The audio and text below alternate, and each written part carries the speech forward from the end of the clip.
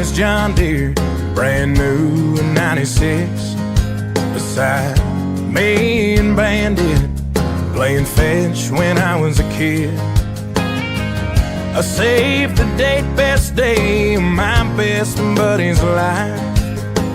Anybody else could walk on by and not blink an eye.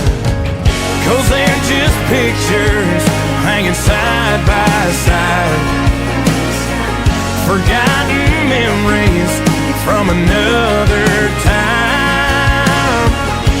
Just the places that I've been before. A couple magnets, recipes, and Polaroids. Yeah, but that's my life on the refrigerator door.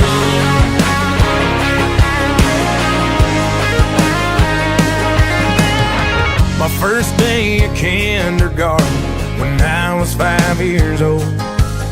A postcard that my cousin sent from Cancun, Mexico.